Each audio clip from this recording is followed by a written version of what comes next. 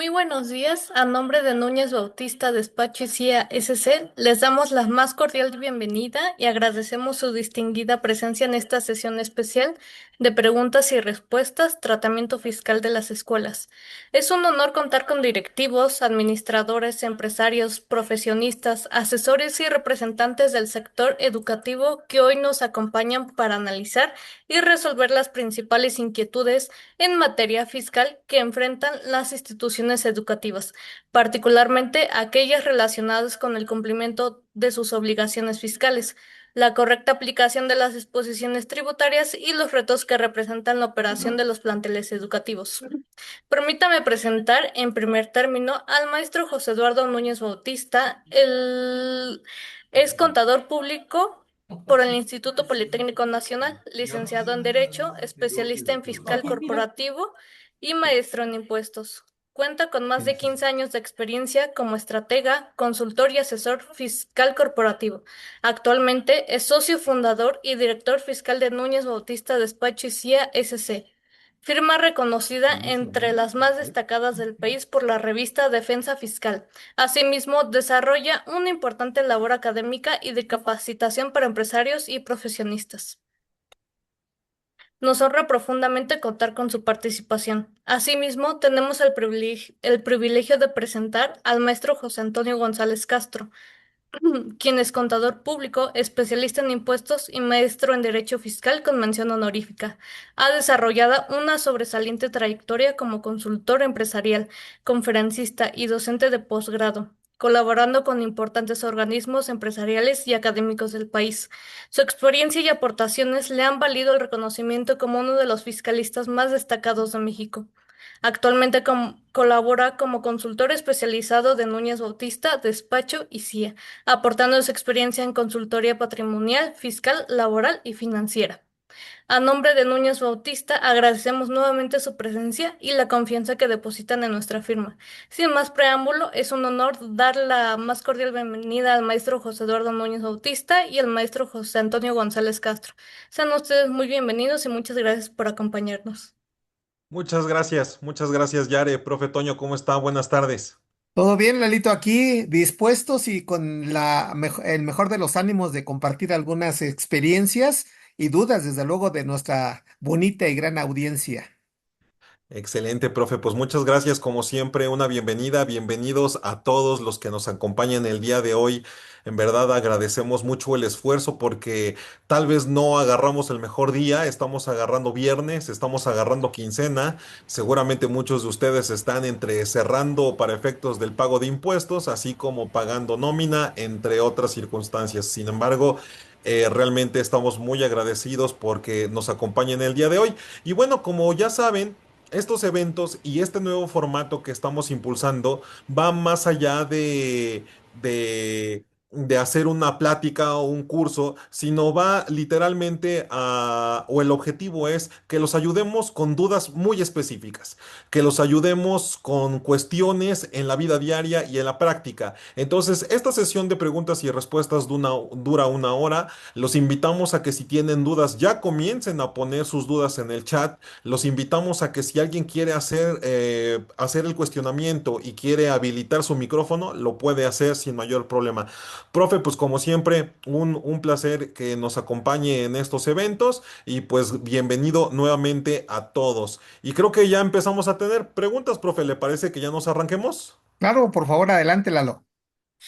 Excelente. Bueno, pues estoy abriendo el chat. Les agradezco a todos por sus saludos y comenzamos. J. Salas dice, buenas tardes, profe Toño, maestro Eduardo. Como primer pregunta, ¿las instituciones educativas están obligadas al impago del impuesto sobre la renta o depende si es del título 2 o título 3? Bueno, Lalito, si me permites, tomo la palabra. Por favor. Con el gusto saludar a todos. De verdad, veo siempre personas conocidas, amigos y desde luego, pues, con el gusto de estar con ustedes. Bueno, es una muy buena pregunta, Lalo, porque de entrada hay que recordar un artículo noveno transitorio del año 2014, donde en una fracción 22 se señala lo siguiente, que las escuelas pueden estar tributando como persona moral con fines no lucrativos en los términos del título 3 de la ley del impuesto a la renta, siempre y cuando pone una condición y la condición es que sean personas autorizadas para recibir donativos. Y eso viene soportado de manera puntual en el artículo 79, fracción 9 de la propia ley del impuesto sobre la renta. Así es que, señores, si ustedes tienen autorización para recibir donativos, no son contribuyentes para efecto de impuesto a la renta. De lo contrario, desde luego, pues caen en el título 2, como cualquier persona moral, obligación de pago de impuesto a la renta, pago provisional y es pago anual. Excelente, profe. Y además de que vamos a ir viendo en el transcurso de las preguntas, que seguramente va a haber muchas al respecto, que todavía, yo creo que todavía parte, profe, si está de acuerdo conmigo, desde el inicio de la creación, por ejemplo, de una escuela. Como Ajá. ejemplo, nosotros tenemos el antecedente de un cliente que está abriendo una de sus escuelas y la primera pregunta que sale a relucir es, oye, ¿y me constituyo como una SADCB? Como una SDRL o necesariamente tiene que ser una asociación civil o puede caber el caso de que sea sociedad civil, profe Toño? Bueno, mi punto de vista, hay que identificar que, bueno, mi recomendación de entrada, Lalito, y más que nada por un beneficio en materia fiscal, es constituirse como una sociedad civil. ¿Y por qué sociedad y no asociación civil? Porque al ser sociedad puedes hacer actividades económicas, ¿de acuerdo? Pero con una precisión, sin buscar el lucro.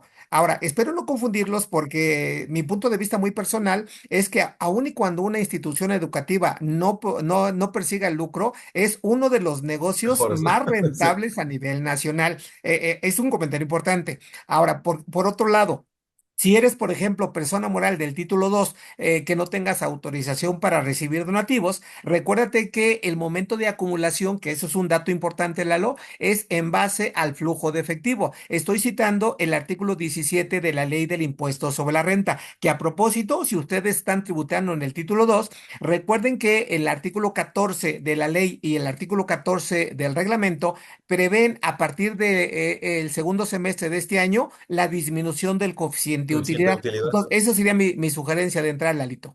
Sí, habrá que valorar específicamente los objetivos de la propia escuela.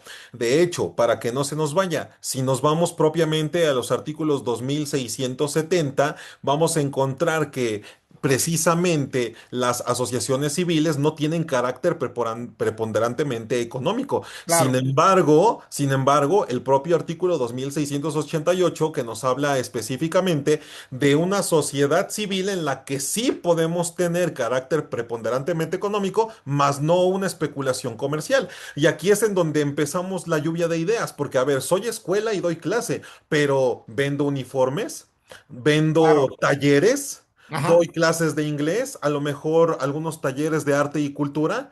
¿Esto graba o no graba para IVA? Digo, vamos a ir adentrándonos más en este sentido y como bien comenta, profe, pues aquí diferente es que sea contribuyente del título 3, ¿no? En donde tenga la autorización para recibir donativos, en las cuales no sería contribuyente de impuestos sobre la renta, o en el caso de la pregunta en específico, si soy contribuyente del título 2, aún siendo sociedad civil, claramente sí tengo la obligación del pago del impuesto sobre la renta.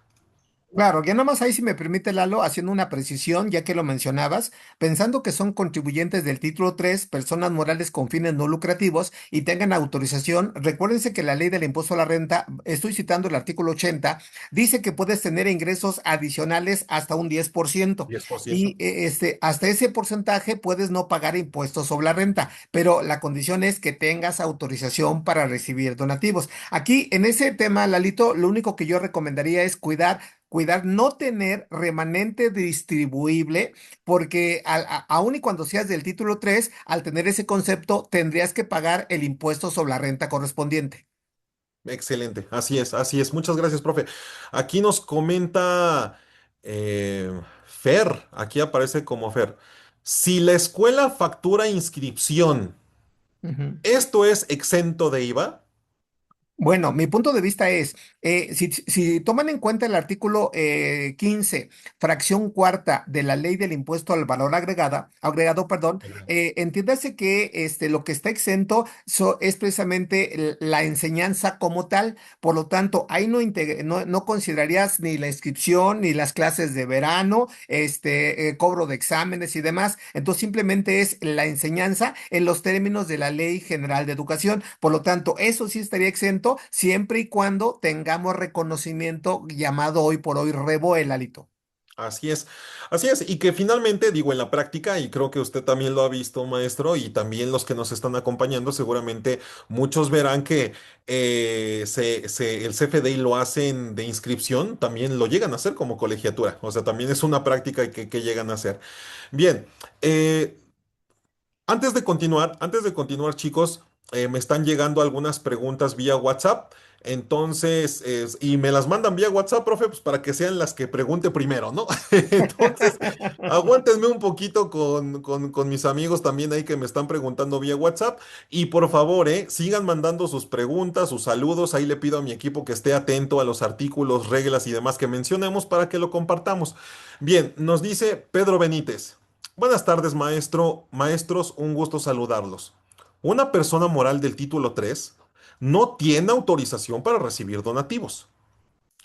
¿Ustedes consideran hacer la modificación a título 2 y presentar declaraciones de ISR persona moral desde el mes de enero, ya que al día de hoy no está presentando ninguna obligación? Bueno, mi punto de vista, Lalito, y gracias, Pedro, por acompañarnos. Yo considero lo siguiente, vean, te voy a dar un poquito un escenario muy puntual. Si checas el artículo 11 del Código Fiscal de la Federación, el impuesto sobre la renta como tal se causa por ejercicio fiscal. Por eso hablamos de un impuesto sobre la renta causado, que quede claro.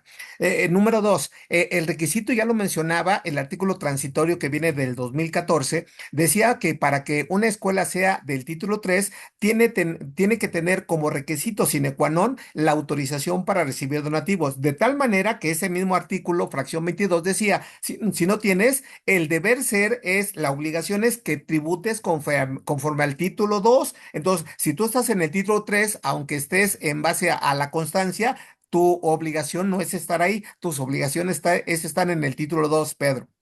De hecho, profe Toño, si se Sí. acordará, y es una experiencia que tuvimos con un cliente que tuvimos, profe, con una asociación en donde por muchos años no estuvieron presentando absolutamente nada y en el momento de revisarlos nos dimos cuenta, uno, que no tenía la autorización para recibir donativos y Ajá, otra, que tenía ingresos diversos diferentes a su objeto social, profe, se acordará. claro. Obviamente llega la autoridad fiscal y esto es importante para Pedro que nos hace la pregunta. Oye, ¿y debería de regresarme al mes de enero? Bueno, en este ejemplo que te estamos poniendo que tuvimos el maestro y su servidor con un cliente, se regresaron al menos 3 años, ¿eh? Sí, Aun y sí. cuando la notificación de cambio de régimen se la hizo la autoridad en noviembre de ese mismo año, cuando fue este momento, la autoridad se regresó de mínimo 3 años para regularizarlo como título 2, Pedro Benítez, ¿eh? Así que aguas, aguas. Bien, bueno, nos pregunta Elizabeth, no es del tema, dice, no es del tema, pero sí es del tema. Quiero hacer mi, quiero hacer mi solicitud para bajar mi coeficiente de utilidad. Ok. ¿Puedo hacerlo todavía en este mes de agosto? Sí. Sin problema, Elizabeth. Recuérdate que esto es a partir del segundo semestre y tú puedes tomar un mes en particular o todo el semestre. La condición es que presentes el aviso un mes antes a la fecha del pago del impuesto. Entonces, por ejemplo, si tú estamos en agosto, hoy haz tu moción en agosto, que puede ser de manera en línea o presencial, ¿de acuerdo? Y el beneficio ya lo tienes a partir de este mes. Entonces, ahí tú decides y lo que tienes que hacer es hacer un escrito donde establezcas por qué quieres bajar tu coeficiente como primer escenario. Segundo escenario, que si hay un coeficiente de este año que pretendemos disminuirlo. Comparado con el coeficiente que disminuyes, tienes que calcular recargos y esos recargos pagarlos en la declaración anual, Elizabeth. Sí, y también, profe Toño, pues recordemos que la posibilidad de presentar la disminución del coeficiente de utilidad comienza en el segundo semestre. Sí, Sin embargo, esto es, que nosotros vamos a enviar nuestra solicitud en julio, ajá, Ujú. para que sea aceptada en este mes de agosto, o sea, en este mes ya estaríamos esperando la respuesta para comenzar a aplicar el nuevo coeficiente a partir de julio. Sí, ¿Por qué hago ese comentario, Elizabeth? Porque si tú ahorita en este momento haces la solicitud para disminuir tu coeficiente de utilidad, ujú, como está el plazo de 30 días antes de que sea el pago provisional, ¿qué crees, Elizabeth? Tu pago provisional disminuido o el coeficiente o la disminución de dicho coeficiente ya no aplicaría para julio, profe, aplicaría correcto, para partir de agosto en adelante. es correcto. Sí, sí. ¿Sale? Bien. Dice Carlos, saludos Eduardo desde el bello pueblo de San Andrés Mixquic. Ah, mire, un abrazo hasta allá también. Y ahorita nos Muy bien. saludan de Xochimilco y todos, ¿verdad? Muchas gracias, Carlos. Juan Zúñiga dice, hola, profe, muchas gracias por la ponencia. Duda, si es escuela, pero da cursos en vacaciones, ¿estos graban IVA? Sí, otra vez, mi querido Juanito, chécate la fracción cuarta del artículo 15 y dice que los servicios propiamente de enseñanza, ¿eh? Esa es la parte, digamos, fina o sutil para no ser contribuyentes del IVA. Por eso yo le decía, ya lo decía el maestro Eduardo, hay muchos contribuyentes que pueden tener ingresos adicionales, como puede ser esas colegiaturas, los cursos de verano, los exámenes, venta de papelería, venta de uniformes, inclusive el transporte de los alumnos y todo eso causa IVA y causa impuestos sobre la renta. ¿Dónde está entonces el problema? Que quieren a través de una mensualidad o una colegiatura cubrir todo y dicen, es que no paga impuesto porque es la enseñanza, es la colegiatura y eso no es cierto. Entonces, ahí está mi comentario. Sí, y yo creo que debe de haber muchas preguntas. Aprovecho también para saludar a los que ya veo en pantalla. Gabriel Jacobo, muchas gracias. También la contadora Tere Chávez, muchísimas gracias. Ahí está Alberto Arceo, de verdad, gracias por estar con nosotros. También Cintia Torres, bienvenida. La verdad es que mire, también está el maestro Wilfredo. Ahí le manda saludos, Ah, amigo Wilfredo. hola contador, igual un honor estar contigo. Ahí si quieres participar, mi querido amigo Wilfredo, adelante. También Alberto Arceo, con gusto, con gusto. Y de verdad que me gusta esta plática porque es entre amigos. Claro. Entonces, profe Toño, pues vamos a darle continuidad. Por favor, chicos, somos más de 60 personas y estamos iniciando esto, así que muchas gracias. Pero pregunten mucho. Como dice el profe Toño, en una hora se acaba la magia, la telenovela, ¿verdad? Exacto. Entonces, pues vamos a continuar con las preguntas. Vamos a continuar con las preguntas. Nos dice, pues es Jürgen. Hola, buenas tardes a todos. En el caso de que una escuela sea donataria autorizada, también está sujeta al tope del 5% del total de donativos y sus rendimientos para gastos de administración. Sí. En el caso de que sí, ¿este porcentaje es solo sobre el donativo y rendimientos o sobre el total de ingresos, como por ejemplo colegiaturas, inscripción, uniformes, libros? Órale, me Esto encanta. viene, hola Jürgen, esto viene, si no me equivoco, en el artículo 134 del reglamento, y si no, ahorita lo checamos, donde efectivamente establecen un tope para gastos administrativos. Entonces, aquí la parte importante es identificar realmente si es un gasto administrativo o es otro tipo de gastos. Que por cierto, siendo una sociedad civil, ¿de acuerdo? Entiéndase que todo lo que gasten forma parte de los gastos generales o gastos de operación en donde yo me he dado cuenta, Lalito, nada más como comentario, valor agregado, una persona que tiene servicios no debe de determinar un costo de Costo. ventas. Claro, claro. Creo que esto es muy importante, profe, porque precisamente, y aprovechando el comentario de la contora Elizabeth, pues solicitamos la disminución de un coeficiente de utilidad, ajá, para una escuela y la autoridad respondió con una solicitud de información adicional, profe, pero ¿qué cree que Ujú. nos está pidiendo? El detalle, el costo en donde se manifieste la compra de mercancías, el almacén y demás. Realmente no vende uniformes ni nada, sino realmente es el servicio de enseñanza. Claro. Bueno. En ese orden de ideas, pues no aplicaría. Y ya nada más como Claro. valor agregado, Lalito, estamos dando por entendido, nada más como precisión, Lalo. estamos dando por entendido que si eres una persona que no tienes autorización, de entrada te tienes que voltear a tributar como régimen general de ley. Ahora lo dejo en contexto. Sin embargo, si tus ingresos no rebasan 35 millones de pesos, Ah, debes de claro. tributar como reciclo de manera obligatoria. Y es importante el comentario, jóvenes, porque si tú, por ejemplo, tienes asociados y les quieres pagar anticipos a esos socios o asociados, si estás en reciclo, hay un supuesto que establece la Suprema Corte de Justicia de la Nación que esos anticipos no son deducibles si tributas como reciclo persona moral. Nada más para que lo tengan presente. Que la generalidad es para aquellos que no tengan ingresos superiores a 35 millones. Claro. Si fueran sociedad civil, sin problema, ¿no? También, digo, ahí sí, que no sean reciclo. Pero bueno, nos comenta, bueno, y aquí otro comentario, maestro. En el Venga. caso, por ejemplo, de que cuando tenemos una donataria autorizada y tenemos este tope del 5% de total de donativos, ajá, para que puedan ser destinados a los gastos de administración, está de acuerdo que ahí se incluye la nómina, ¿verdad? Sí, claro. Sí, Bueno, seguro.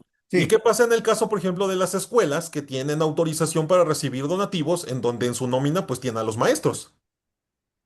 Sí, desde luego. Qué buen tema, Lalito, porque Sí, mira, de entrada, entiéndase que las deducciones de esta escuela, si está en título 2 o está como reciclo, tiene que reunir los requisitos de cualquier persona moral. Hablo básicamente de la estricta indispensabilidad, de la materialidad y de lo que es el CFDI, entre otros. ¿Queda claro? Razón de negocios.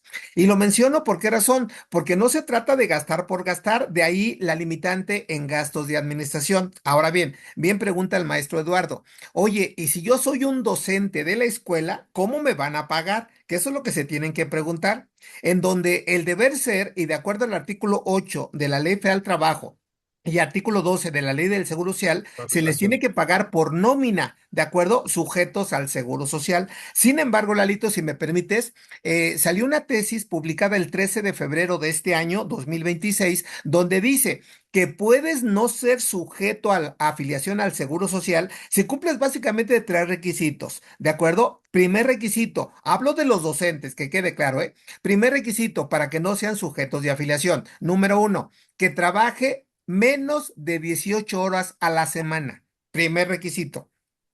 Segundo requisito, que la docencia no sea mi única fuente de De ingresos. ingresos. Ujú. Y tercer requisito, que yo esté afiliado a otro esquema de seguridad social. ¿Me explicó? Entonces, si tú estás en ese supuesto, como el maestro Eduardo y yo en su momento, damos 5 horas, 6 horas, 10 horas a la semana, puedo ser no sujeto de afiliación. Si no cumples esos requisitos, recuérdate que tienes que darlos de alta en el Seguro Social y como bien dice Lalo, forma parte de los gastos administrativos o de administración, Lalo. Y sí, y fíjese que lo comento, profe, porque vea dónde está la jiribilla o en dónde está el comentario. Ajá, Si es escuela y tiene la autorización para recibir donativos, pues el grueso de su honorario o el grueso de sus deducciones o el grueso de sus gastos, perdóneme, es ajá, precisamente la nómina de sus claro. maestros. Ujú, ¿Estaría ujú. topado al 5%? No, yo creo que en ese No, caso no, ¿verdad? no, no, no, porque su core business es dar Es el, clases exactamente. y el gasto más fuerte es precisamente el pago a los docentes. Exacto, justo, Sí. justo, muy bien. Nos dice Kineret. Buenas tardes, maestro. Si una escuela contrata a un docente bajo el esquema de honorarios, pero este sí tiene un horario, está sujeto a supervisión, recibe pagos periódicos, ¿qué elementos debería analizar la institución para determinar si existe una prestación de servicios o más bien una relación subordinada y que por consecuencia pues tenga IMSS, IVA y etcétera, digo IMSS, ISR, etcétera? Lo acabamos de ¿Lo mencionar, acabamos de Lalito. mencionar? Lo acabamos de mencionar. Sin embargo, jóvenes, no se confundan, porque una cosa es que contraten a docentes externos de alguna manera, y otra cosa es que yo siendo socio, ¿de acuerdo? Me tienen que pagar como anticipos. De miembros de sociedades civiles, ¿de acuerdo? Y entiéndase que al ser socio no estoy subordinado y ahí aplico la tarifa. Nada más para dejarlo en contexto, en los términos del artículo 94, fracción segunda de la Ley del Impuesto sobre la Renta. Perfecto, maravilloso, muy bien. Muy bien, muy bien. Además, profe, como bien lo comenta, esquemas de contratación puede haber varios en función también de la situación en la que se encuentre el propio docente. Porque, por ejemplo, profe, le voy a poner este ejemplo.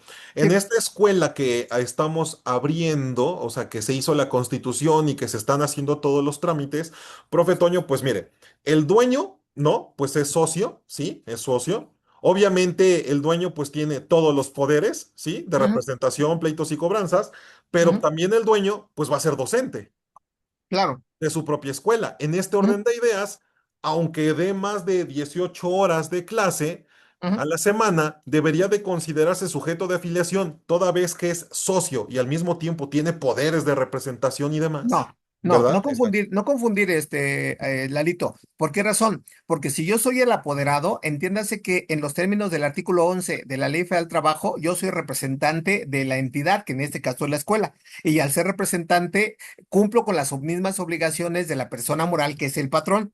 Entonces yo no puedo ser juez y parte. Ahora, nada más también para dejarlo en contexto, las personas que están en ese orden de ideas también en los términos del artículo 127, fracción primera de la ley laboral, no tienen derecho a la PTU. Que quede claro, ¿eh? Claro. Porque también las escuelas, si tienen trabajadores, tienen la obligación de pagar PTU, limitado a un mes de salario.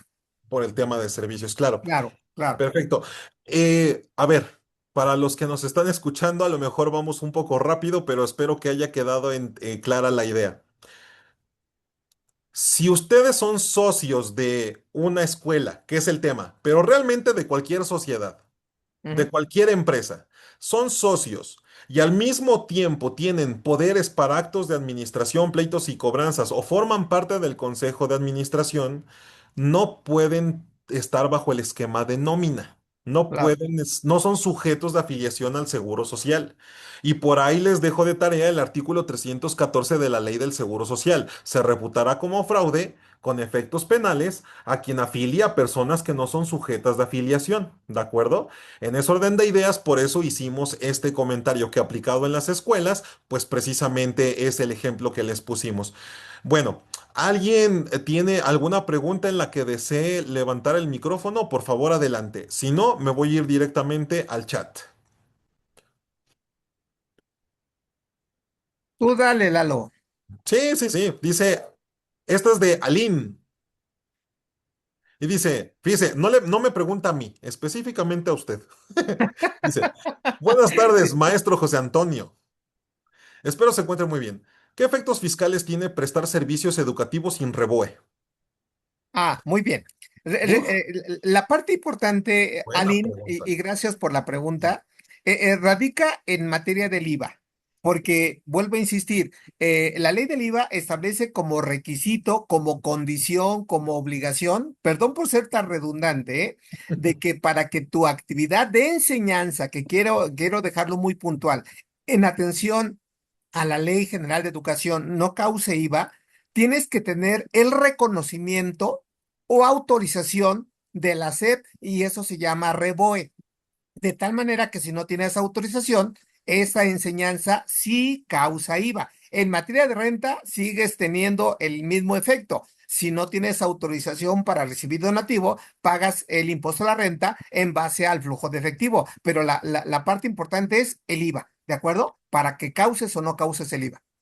Exacto. Y la siguiente pregunta también es interesante de ella misma. ¿Y en este caso, es deducible estas colegiaturas para los papás? Bueno, las colegiaturas, si lo vemos de esa manera, entiéndase que se consideran como una deducción personal, de acuerdo, en la declaración anual, que por cierto ya tiene muchísimos años que no se han movido los montos, Lalito. Sí, claro. Entonces, si tú pagas, por ejemplo, el bachillerato o el nivel medio superior, te dan un monto, ¿de acuerdo? Y ese sí es deducible, pero como deducción personal. Entonces, en este orden de ideas, son escuelas como el escándalo que se armó allá en Puebla, ¿no? Estas militarizadas, en donde, en donde hay muchas escuelas que dan estos servicios de enseñanza, pero no tienen REBOE. Hay dos efectos, entonces. Uno es para efectos de IVA, porque sí graban IVA, y número dos Claro. es que entonces sí se pudiera seguir considerando como una deducción personal. Sí, claro. Y nada más para que tengan el dato, amigos, esta tablita que les compartí, bueno, les comenté hace un par de minutos, bachillerato, para que tengan un dato, es 24,500 pesos, ¿de acuerdo? Como deducción en la declaración anual. Ahora, nada más hay que aclarar lo siguiente, eso es por cada hijo, Lalito, ¿de Por cada acuerdo? chamaco. Entonces, si tienes en primaria un monto, secundaria otro monto, bachillerato otro monto, ¿de acuerdo? O sea que si quieren tener más deducciones, tengan más hijos. Muy bien. Creo que está Adelante. levantando la mano Aline. Adelante. Bueno, lo que comentaba el contador José Eduardo sobre el tema del REBOE, bueno, yo tengo entendido que no aplicaba el REBOE para todas las instituciones. O algunas de alguna manera no se las piden como tal. Por ejemplo, las escuelas que se dediquen o tengan la actividad como deporte, en la enseñanza del deporte, y cocina. Pero bueno, finalmente si quisiera sus comentarios, profe, si de alguna manera es necesario el REBOE para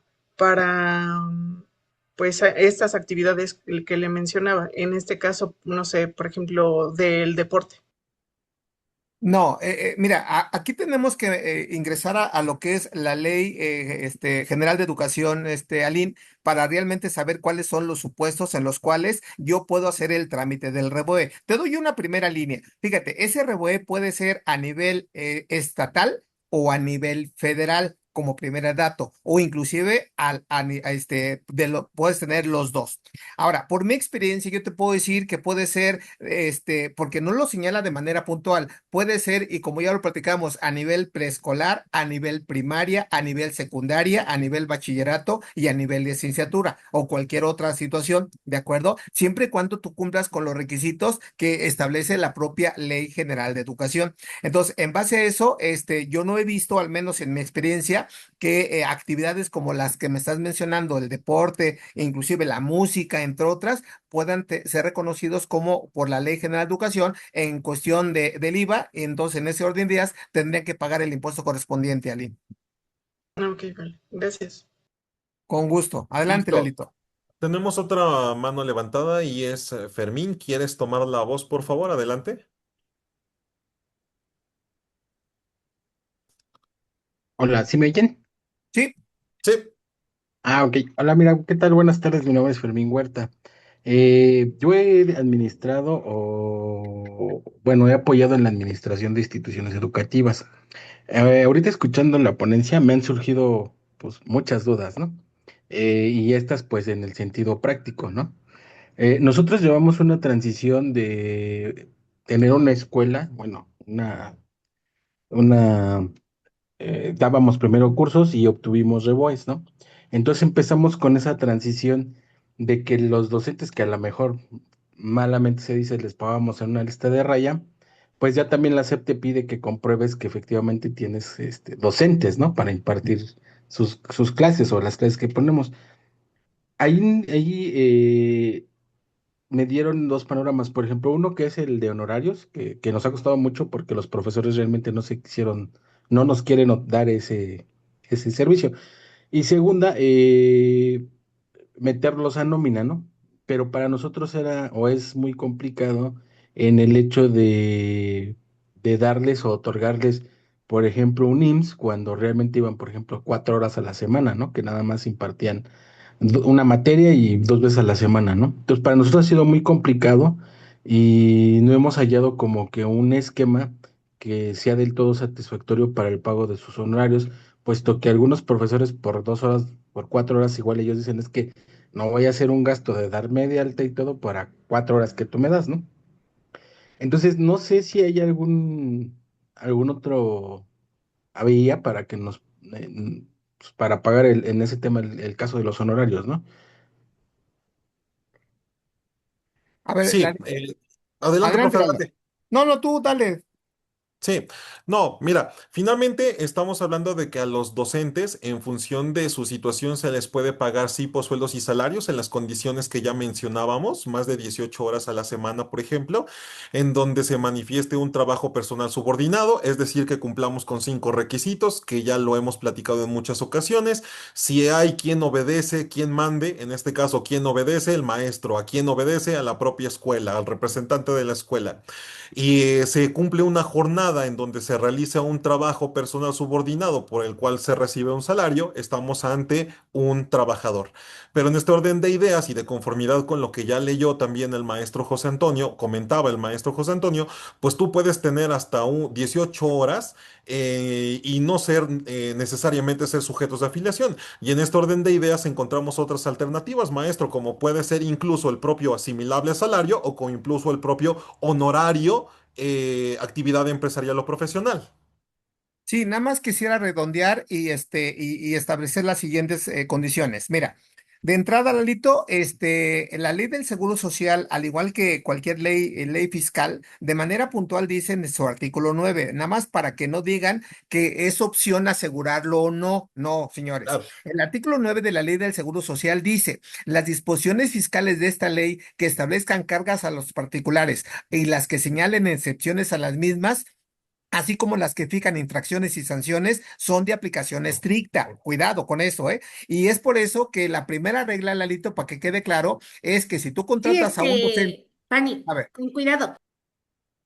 Listo. alguien se coló, pero bueno, entonces decía, si tú contratas a un docente, aun y cuando trabaje por horas, por semana o por mes, es obligación darlos de alta en Seguro Social. El seguro Esa es la social. regla general. Sin embargo, y vuelvo a repetir, el 13 de febrero de este año te podemos compartir, Fermín, si tú reúnes esos tres requisitos que ya platicaba, para no ser redundante, puedes no afiliarlos. Y es donde entra alguno de los esquemas que decía el maestro Eduardo. Puedes pagarles por asimilables o por honorarios. Pero si el honorario es preponderante, cuidado, porque de acuerdo al artículo 94, fracción cuarta, aunque sea un horario preponderante, te tienes que bajar asimilables a salarios. Y en este caso, la escuela tendría que timbrar el CFDI. ¿De acuerdo? Entonces, nada más como dato. Y para que Aline tenga un poquito más de elementos, si me permite, Lalito, Por favor. Aline nada más anota este artículo. El artículo Sí. 54 de la Ley General de Educación dice de manera puntual, Aline, los particulares podrán impartir educación en todos sus tipos y modalidades. Y de manera puntual dice en el segundo párrafo, dice, por lo que concierne a educación, Aline, preescolar, primaria, secundaria, normal y demás para la formación de maestros de educación básica. Entonces, ahí está la respuesta que yo te decía. En este caso, la autoridad, la Secretaría de Educación Pública, te va a dar el reboe en ese tipo de grados académicos. Ok, gracias, maestro. Con gusto. Adelante, Listo. Lalito, perdón. Sí, Fermín, adelante, por favor. Digo, ya tengo, digo, te digo, la verdad, sí son muchas dudas. A ver Adelante, si. adelante. Mira, por ejemplo, aquí con esta, porque la empresa está fundada como sociedad civil, ¿no? Ok.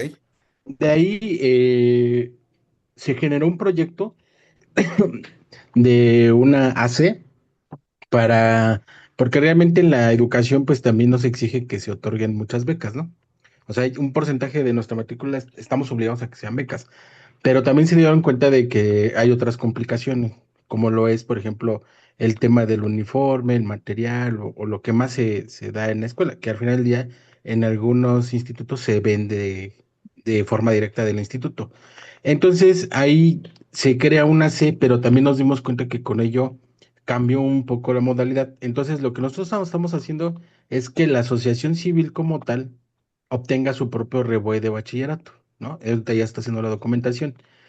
Mi pregunta es, por ejemplo, me decían de los uniformes o todo lo que nosotros le podamos vender al alumno, ¿no? Pero, por ejemplo, el proyecto es que la ACE absorba un poco, por ejemplo, que ellos sean un pago más simbólico, que paguen el uniforme. No sé si el uniforme vale 5,000, que ellos paguen 1,000, que otra cosa sea como parte del proceso de la donación de la asociación civil, ¿no? Porque incluso se está viendo que se provean los útiles, zapatos, materiales que ocupe. O sea que la asociación civil, básicamente, el alumno básicamente llega y solamente va a dar como pequeñas cuotas, ¿no? De todo lo que actualmente en los institutos se da. Ahí, ¿cómo aplicaría? Porque, por ejemplo, escuchaba que el uniforme, pues sí grababa IVA, ¿no? En el caso de que alguien solicitara algo. Pero ahí que en ese caso la asociación civil va a absorber gran parte, ¿cómo sería? Bueno, ahí si me permite, Lalito, yo te diría, Fermín, mira, todo esto tiene que cumplir una serie de requisitos, Fermín, para que no caigamos en una situación, ¿de acuerdo? De riesgo. Te lo menciono por qué razón. Porque si tú estableces dentro de tus estatutos como escuela que realmente tú vas a proveer los uniformes y los útiles escolares, pero sin costo, ¿de acuerdo? Hay una máxima que viene en el artículo 17, segundo párrafo del código, que dice que si derivado de una prestación de servicios, ¿de acuerdo? Tú das un bien como parte de la contraprestación, entiéndase que lo que estamos vendiendo es la enseñanza, más no el uniforme, más no los útiles. Y ahora sí tú puedes decir a los padres de familia, yo te cobro la mensualidad de la educación, 5,000, 6,000, lo que tú quieras, ¿de acuerdo? Pero le tienes que dar a título gratuito el uniforme, porque si tú cobras una contraprestación, estás cayendo en una simulación y desde luego eso graba renta y graba IVA sin mayor tema, ¿de acuerdo? Y por otro lado, puedes tener el riesgo de no deducir la compra. Entonces, hay que hacer un análisis de manera puntual, Fermín. De lo contrario, mi punto de vista es que sí puede estar en una contingencia en materia fiscal. Exacto, porque en este caso, Fermín, salvo, incluso, profe, podría ser ahí después del análisis que pudiéramos hacer, pero también, si es una AC donataria autorizada y dentro de su core business, entiéndase core business, Fermín, tu objeto social, está el que tú como donataria es tu objeto social, dar servicios, estos, educación y demás, pero proveer de todos estos elementos pues obviamente el pago que te puedan hacer, pues ya se sale de esta situación, aunque le llames donativo, porque recuerda que ningún donativo puede ser oneroso, profe. Claro. En este orden de ideas, a lo mejor lo que Oneroso y remunerativo, ¿eh? y Cuidado con remunerativo, eso. Sí, exactamente. Entonces, ¿qué es lo único que, y digo, ya reserva de analizar, Fermín, estamos nada más platicando, es ver la manera de cómo tú puedas darle a título gratuito todos estos elementos a los alumnos y por otra parte, recibir donativos de los propios padres que no estén vinculados a la obtención de ese uniforme, a la obtención de esos zapatos, a la obtención de esos útiles. ¿Sí me entiendes? Desvirtuar un poco esta parte para que tú no tengas problema que estos donativos no se puedan considerar ingresos y no tengas los efectos de impuesto sobre la renta e impuesto al valor agregado. ahí sí me Ok, ok, permite, Lalito, nada sí. más una precisión para la pregunta de Fermín. A propósito de que los puedes o no dar de alta en el Seguro Social como una opción, que no es opción. El artículo 5 de la Ley Federal del Trabajo nada más dispone en su primer párrafo lo siguiente, que las disposiciones de la Ley Federal del Trabajo dice, son de orden público, por lo que no producirá efecto legal ni impedirá el goce o el ejercicio de los derechos, sea escrita o verbal, la estipulación que establecen las fracciones que vienen en ese artículo. Y básicamente no se pueden renunciar a los derechos de tipo laboral. O sea, los derechos de los trabajadores son Ya, irrenunciables. Vamos. exacto. En otras palabras, sí, correcto. Fermín, ¿otra pregunta o la adelantamos? Bueno, ya la última para dar espacio a alguien más. Adelante. Hace Oh, perdón, algún... Aline, nada más ten en consideración esto, por favor, para su respectivo recibo de honorarios, ¿eh? Sí. Adelante, Ok, Fermín. ok. Por ejemplo, hace algún tiempo hicieron un esquema, por ejemplo, para el tema de los profesores, porque les digo, teníamos este problema de que tenemos profesores que van por 4 horas, ¿no? A la semana. Alguien nos dio una estrategia donde él trae una empresa que le llaman las Triple S, donde ellos me decían que ellos podían hacernos un contrato y ellos nos podían proveer del capital humano. Eh, Por sí. Nos dieron una opción de que en teoría pues ellos, básicamente nosotros hacemos un contrato con ellos y ellos nos envían a los profesores que requeramos, ¿no? Pero digo, no teníamos, no tengo el conocimiento de más allá de la triple S. Leímos un poquillo, pero pues como que para nosotros no era muy legal lo que en ese momento esa persona nos proponía. Y como estábamos en el trámite de los revoice, pues la verdad no queríamos incurrir en algún delito. Pero ¿creen que sí sea una buena opción ese contrato? Yo te diría, Fermín, mira, de entrada habría que analizar el contrato. Yo voy a ser muy escéptico. Hoy, con la postura del SAT y del Seguro Social, tú puedes hacer contratos, como dices, con empresas de triple S, con sindicatos, con empresas de lo que es plan privado de pensiones y lo que se te venga a la mente. Hoy por hoy, ¿cómo lo está tomando la autoridad? Como una simulación.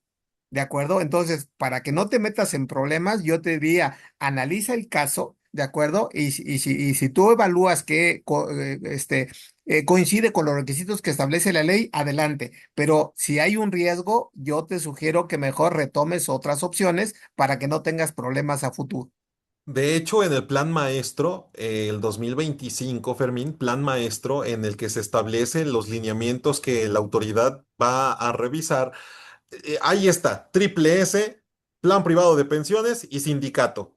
Es decir, que aunque no haya ninguna ilegalidad, finalmente todas estas opciones están ya muy vistas por la autoridad fiscal, Fermín. ¿Sale? Sí, muchas gracias. También eso fue, nosotros lo vemos como un riesgo. Digo, independientemente de la simulación, pues nosotros íbamos a contratar a ese tercero. Pero realmente al momento de hacer los trámites sí estás muy observable. Entonces, pasamos por el hecho de que como no conocíamos bien el tema, pues dije, vamos a cometer algo por negligencia de no conocer.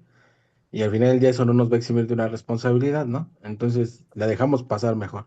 Y sí, voy a analizar las opciones que ahorita nos comentaron para estudiarlas, porque sí tenemos realmente ese problema de que los maestros que van por muy pocas horas, pues no nos quieren dar recibos de honorarios, pero la verdad son maestros a veces que son muy buenos para la enseñanza. Entonces, agradezco sus comentarios, la verdad voy a analizarlos para hacer una propuesta al área de administración y ver la opción de los pagos, ¿no? Porque sí es un coco, cuando pasamos de no tener revoice a tener revoice, es un tema muy grande para nosotros. Gracias. Acércate a tu fiscalista de confianza que está ahí al lado de ti, Fermín. Por cierto, Aline, adelante, por favor. Bueno, yo tengo otra pregunta, pero ahora a José Eduardo, para que no se Ah, me ponga chipil o melancólico. Bueno, aquí tengo una duda. En el caso de las colegiaturas gratuitas o con descuento para hijos de empleados, eh, ¿qué tratamiento se le podría dar a esto? ¿Como prestación laboral? Y en el caso de los recibos de nómina se tendrían que, pues ahora sí que ahí timbrar o mencionar que es un beneficio al trabajador. es que depende mucho la forma de contratación, Aline. Precisamente, si es derivado de sueldos y salarios en donde se dé como previsión social esta ayuda que es de manera unilateral dada por el patrón, a lo mejor se pudiera considerar como mencionas. Pero depende mucho de la forma en cómo esté contratado el docente. Te voy a poner un ejemplo. Te voy a poner un ejemplo. Yo estoy contratado, y como lo saben muchos de mis colegas, en la Barra Nacional de Abogados, pero yo no estoy por sueldos y salarios, yo estoy por asimilables a salarios. Sin embargo, yo tengo un convenio para efectos de que mis trabajadores puedan tener un descuento o una beca. En este orden de ideas, conmigo no hay ningún tratamiento fiscal. El tratamiento es para los propios alumnos o los padres que paguen esto. ¿Sí me entiendes? Bueno, en el caso de que fueran empleados de base, de alguna manera, o sea, se podría hacérmelo deducible y también timbrarlo en la nómina de los trabajadores. Bueno, como previsión social, como pues, si están trabajando, Sí, como si está trabajando, sí. sueldos y salarios. Así es, Ujú. así es, así es. Sí. ¿Algún comentario, profe Toño? Sí, claro. Mira, Lynn, la ley del impuesto a la renta establece como requisitos de las deducciones que tú puedes otorgar planes de previsión Previsión social. social. Y efectivamente, chécate el artículo 27, fracción 12, donde establece precisamente cuáles son los requisitos. Y uno de ellos es que se otorguen de manera general. Y uno de ellos es precisamente que puedes otorgar becas a los trabajadores o a sus hijos, ¿de acuerdo? Pero deben de estar establecidos ya sea en el objeto social o en alguna política de la escuela para que tú pudieras proceder con la deducción. Dicho eso, no hay problema, ¿de acuerdo? Ahora, nada Ok, más como para Adelante, complementar Lalito. el comentario de... Sí, profe, muchas gracias. Solo para complementar el comentario del maestro José Antonio. A ver, recuerden que el que se tenga que dar de manera general no significa que es para todos. Tenemos un universo y la generalidad solo se da a las personas que en este caso proceda. Por ejemplo, yo doy esta posibilidad de pagar a lo mejor servicios, una maestría, como lo hacemos en NBD. Pagamos una maestría. Obviamente, de todo el universo, ¿quiénes son la generalidad? La generalidad son aquellos que tengan estudios de licenciatura que estén en posibilidades de estudiar una maestría. O sea, entonces de todo el universo, la generalidad es solo a los que aplique. ¿De acuerdo? Listo. Vamos a continuar, profe. gracias. Chicos, muchísimas gracias por su asistencia. Ya se pasó una hora, profe, ¿cómo ve? Qué rápido. Chicos, estamos por cerrar el evento, así que yo que ustedes me aventaba con las preguntas, me aventaba con los cuestionamientos. Vamos a darle, Jürgen, dame un minuto porque dejamos de lado las preguntas del chat. Entonces, vamos a hacer unas preguntas del chat y regresamos con nuestros participantes de micrófono, por favor. Bien, nos dice, pues nuestro amigo Wilfredo, profe. Adelante. Wilfredo, ¿quieres tomar el micrófono o lo leo, sin problema? Mira, lo voy leyendo y tú me dices. Dice, buenas tardes, gusto en saludarles, estimados amigos. Planteamiento. Una escuela recibe un requerimiento de retenciones pendientes de ISR por salarios. Su domicilio fiscal está en Puebla, sin embargo, la autoridad que notificó es de Zacatecas. Ok, entonces es una escuela que tiene un requerimiento por pago de retenciones. Su domicilio fiscal está en Puebla, sin embargo, la autoridad que notificó es de Zacatecas. El requerimiento tiene validez por el simple hecho de que la autoridad lo emite se encuentre en otro estado o tendrá que existir, y esta es la respuesta, alguna competencia territorial o fundamento específico que faculte a dicha autoridad de Zacatecas para requerir al contribuyente con domicilio fiscal en Puebla. Bueno, yo nada más ahí sumaría, Lalito, de entrada, si es otra entidad diferente, seguramente la prestación del servicio por ejemplo, en este caso de docentes, seguramente se está dando en Zacatecas, seguramente. Sin embargo, habría que estudiarlo. Sin embargo, recuérdense, contadores, que hay una ley que se llama Ley de Coordinación Fiscal.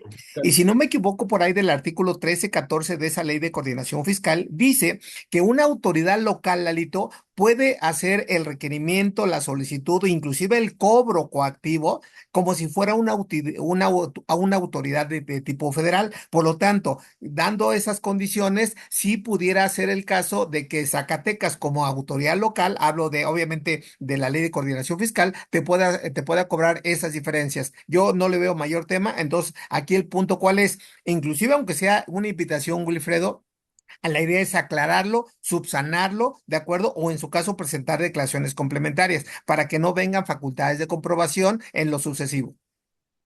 Sí, profe, y además recordemos que tratándose del seguro social, hablo específicamente del seguro social, realmente tiene poca relevancia el domicilio fiscal, porque recuerden que para efectos del seguro social el domicilio es en donde se encuentran los trabajadores. Entonces, en este orden de ideas, un cliente, un prospecto, profe, me dice, oye, ¿sabes qué, Lalo? Yo estoy domiciliado en Ciudad de México, pero tengo mis trabajadores en zona fronteriza, en Tijuana. Claro. Qué es lo que quiere el empresario, profe? Que lo que pasa es que como soy Repse, la empresa de Tijuana en donde se están yendo mis trabajadores, pues quiere que pague el impuesto sobre nóminas de allá. Obviamente, el salario que es más alto en zona fronteriza. ¿Y qué quiere el empresario? No pagar ni el impuesto sobre nóminas de allá, ni el salario que es más alto en zona fronteriza. Tampoco debemos de caer en esos supuestos, profe. Por lo tanto, Wilfredo, en este orden de ideas, si el domicilio, aunque esté en Puebla, pero dichos trabajadores se encuentran en Zacatecas, es muy probable que de conformidad con la coordinación fiscal pueda existir que sí pueda hacer este cobro. O en su defecto, el tema sería exactamente de competencia. Sí. Bien, adelante, Jürgen. Sí, buenas tardes. Hola. ¿Sí me escuchan? Sí, ¿Sí? muy bajito, pero Ok, sí. a ver. Bueno, eh, en el entendido de que una escuela importe un intangible por un residente en el extranjero, ¿esta escuela estaría obligada al traslado y acreditamiento de un IVA por esa importación? Bueno, aquí nada más habría que darle una razón de negocios a ese movimiento, ¿eh? Porque obviamente el activo intangible que viene regulado en la NIPSE 8, que puede ser a nivel nacional o a nivel internacional, digo, eso es una realidad y sí se debe de reconocer, se puede reconocer. Cuidado, ¿eh? Es reconocimiento de activos intangibles, no revaluación de activos intangibles. Ahora, por un lado. Por otro lado, yo pregunto, ¿por qué viene una importación del extranjero a México? ¿Por qué razón? Porque muchas veces, y ese es un criterio del SAT que ha establecido inclusive en la reforma fiscal que dice que se puede entender como un esquema reportable. Cuando tú tengas una compra de un activo intangible, ¿de acuerdo? De difícil valoración como un primer elemento y que te lo den a título gratuito, no acreditando ningún tipo de contraprestación. Pero bueno, dejando eso a un lado, si es un activo intangible y lo importas a México, entiéndase que no pasa por la aduana y sí se causan impuesto a la renta. Por lo tanto, ¿cuál es la mecánica? Paga el impuesto en México de ese activo intangible y una vez pagado el impuesto, procede el acreditamiento. Precisamente, pero tiene que ser el pago directo por la persona que lo está importando, Jürgen. Perfecto, profe. Muchas gracias. Con Listo, gusto. profe. Muchas gracias. Pues vamos a nuestras últimas preguntas, profe. Bueno, últimas muchas. Nos dicen últimas muchas. Nos dice otra vez Pedro Benítez. Buenas tardes, maestro. Una escuela de título 2 a los docentes les paga por asimilables a salario. ¿Esto es Ok. correcto? Bueno, ya lo platicamos y dice, y aprovechando, ¿estos pagos por asimilados se deben de acumular para la base gravable del impuesto sobre nómina en la Ciudad de México? Mira, de entrada, Pedro, tienes que analizarlo de manera puntual, como ya lo hemos comentado, si califican como asimilables, que sí pueden calificar o ser sueldos y salarios. Ahora, ¿por qué menciono esta parte? Porque hay un artículo en la Ley Federal del Trabajo que retoma el Seguro Social, que es el artículo 21. Y dice el artículo 21, se presume la existencia de una relación laboral entre aquella persona que presta un servicio y no dice subordinado y aquella que la recibe. Y el mismo artículo 2 citamos, recoge esa idea. Por lo tanto, si tú estás en el artículo 21, de entrada, eres sujeto de afiliación como regla general.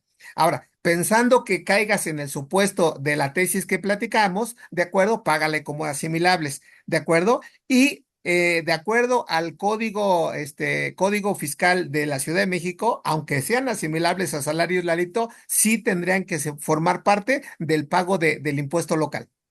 El impuesto de la base. Sí, Sí, claro. así es. Así es, así es. Bien, nos dice Gregorio Martínez. Saludos, contadores Lalo y Toño. Pregunta uno, o sea, van varias, ¿no? Dice, ¿cómo investigar si una escuela tiene REBOE? ¿El REBOE tiene vigencia o existe causales de revocación? Te lo pueden revocar, Gregorio, sin problema, pero que ya, como ya lo adelantaba, te tienen que dar un documento y repasándolo, el artículo que le decía la contadora Lynn, el último párrafo de ese artículo dice, la autorización y el reconocimiento que van a tener las escuelas se va a incorporar en el documento que te dé la autoridad, ¿de acuerdo? A que se refiere precisamente el sistema educativo nacional. Por lo tanto, con ese documento tú vas a considerar ese número, porque inclusive te tienen que dar un número. Y con eso, obviamente, si reúne los requisitos, va a estar vigente. Y si no, te lo pueden revocar en cualquier momento.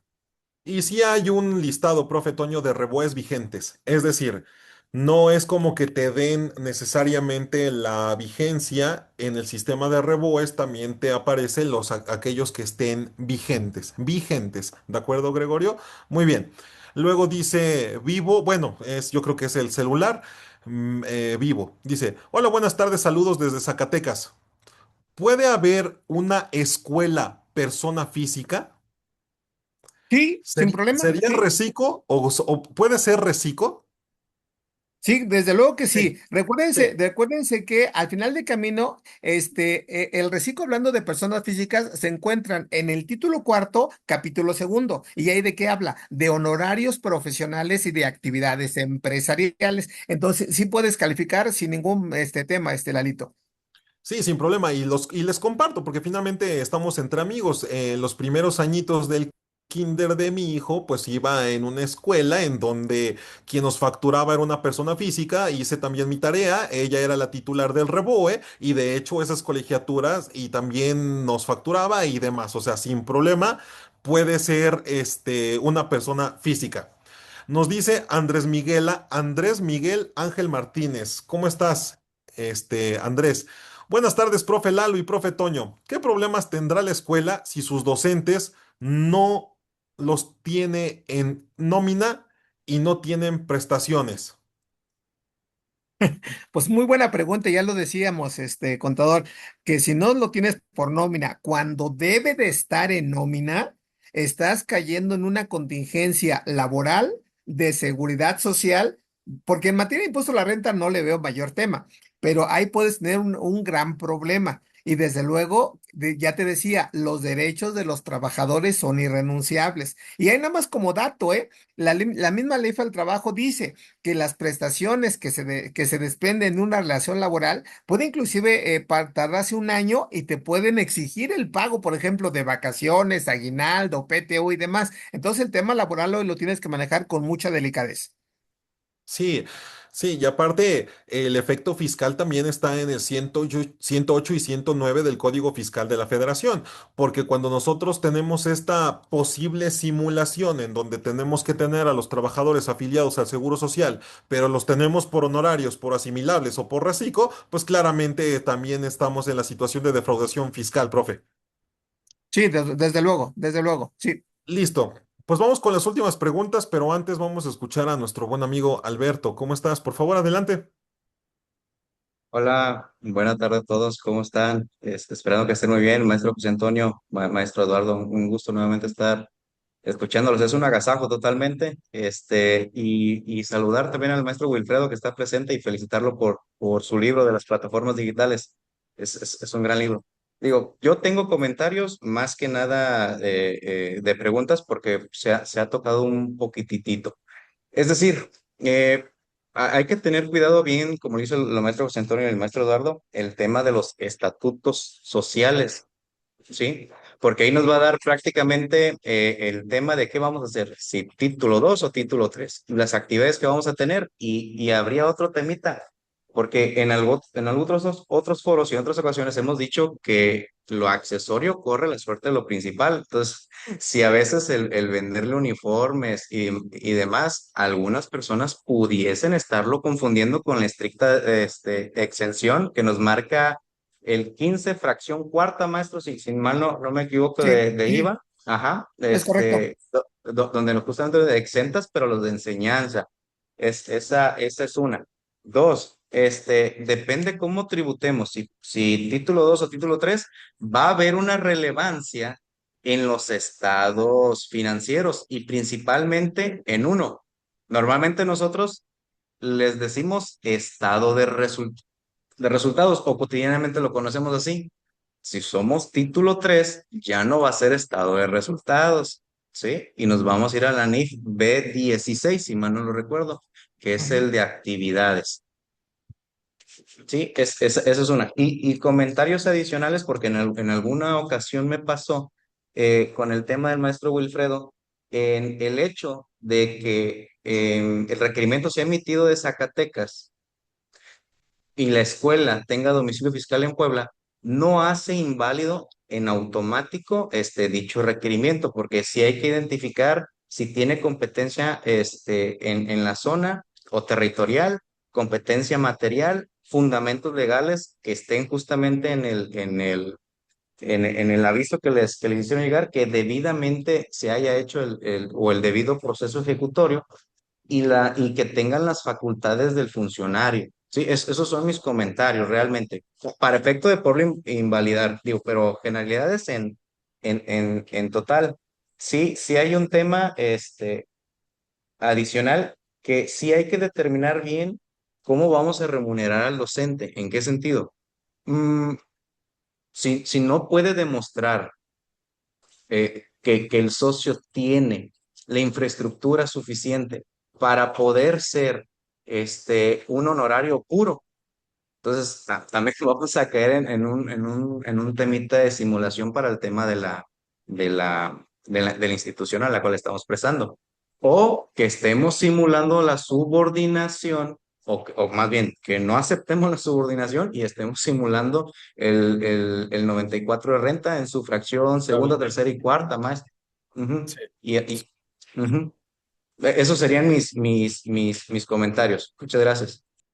Muchas gracias, Alberto. Como siempre, enriquecedor. Por ahí también vi al contador Ramsés. Ahora no ha querido participar, contador. Abrazo enorme.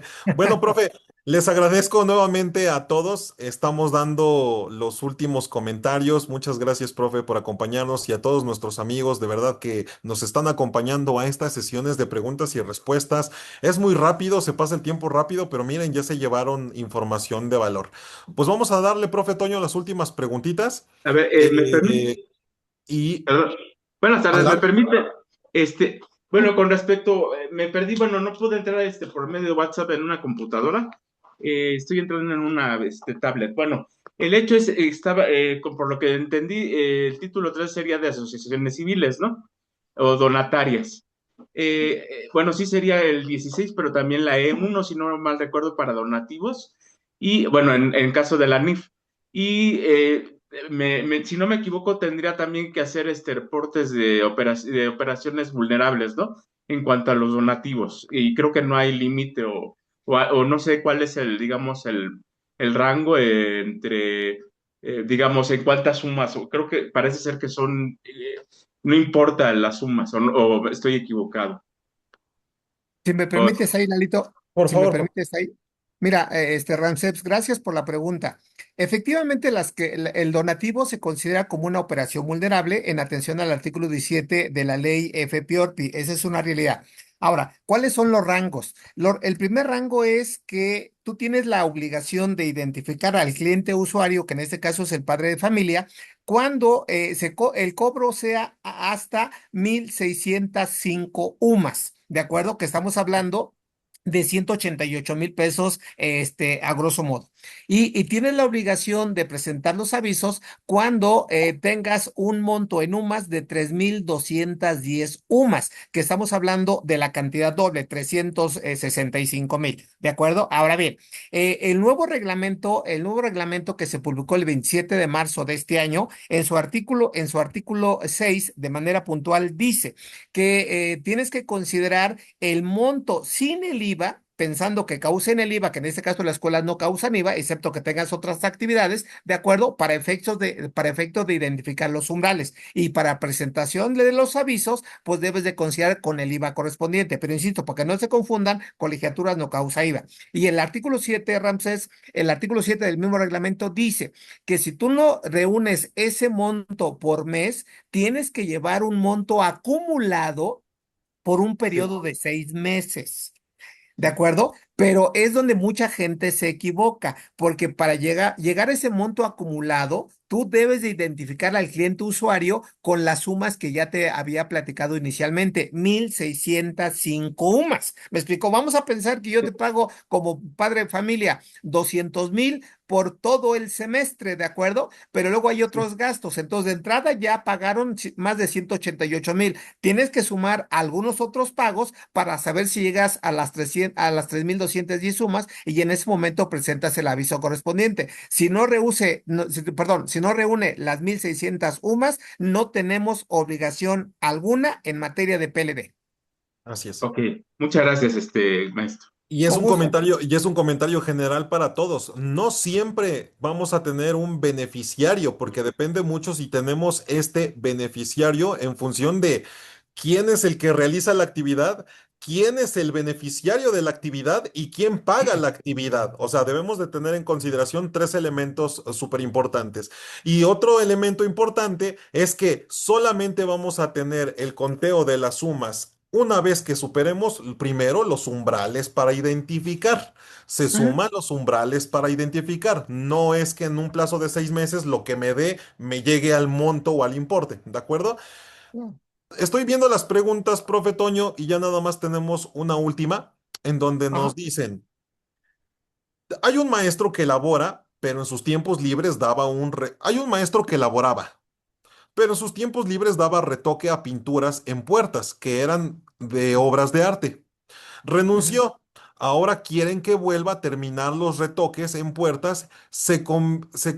¿Será conveniente darlo de alta como nómina en IMSS? Solamente se va a dedicar a ese trabajo. Este maestro no quiere dar factura. Eh, Ay, ay, me trae muchos recuerdos ese comentario, pero bueno. Entiéndase que de acuerdo al artículo 75 del Código de Comercio, fracción primera, todo lo que tenga que ver, amigos, con mantenimiento se considera como un acto de comercio. Actividad Y en los empresarial. términos del artículo 16 del Código Fiscal de la Federación es una actividad empresarial. Empresarial. Ahora, aunque no quiera dar factura, que sugiero que sí la dé, Lalito, que se dé de alta como reciclo. Seguramente no va a rebasar 3.5 millones de pesos y realmente el pago es muy simbólico. Sí, sí, pero que sí lo haga, pero que sí lo haga. Sí, Bueno, claro, claro. pues damos por terminada esta sesión de preguntas y respuestas, profe Toño, como siempre, un gusto, además un placer estar acompañado de las personas que el día de hoy están con nosotros. Ya han sido muy exitosos estos programas de preguntas y respuestas, programas cortos, pero vamos directo al grano, dando información de valor. Si a ustedes les gustan este tipo de programas, con todo gusto pueden escribirnos a las redes sociales del maestro José Antonio González Castro. Así lo encuentran, ¿verdad, profe? Sí, con mi nombre. José Antonio González Castro, por favor síganlo, así como su servidor José Eduardo Núñez Bautista y la firma que represento, Núñez Bautista Despacho, les damos muchas gracias por acompañarnos el día de hoy. Si en caso, después de esta sesión, hubieran dudas, comentarios o sugerencias o alguna capacitación face to face, en el chat están los datos para que nos puedan escribir. Si esta capacitación, si este evento fue de su agrado o de su gusto, nos gustaría saberlo ahí en los chats. Y síganos en nuestra página de YouTube, Núñez Bautista, que es en donde estamos subiendo estos programas. Así que muchísimas gracias a todos. Gracias, profe Toño. Que tengan excelente tarde. No tomen mucho y si sí, me mandan un WhatsApp. Hasta luego, chavos. Gracias. Gracias. Bonita tarde a todos.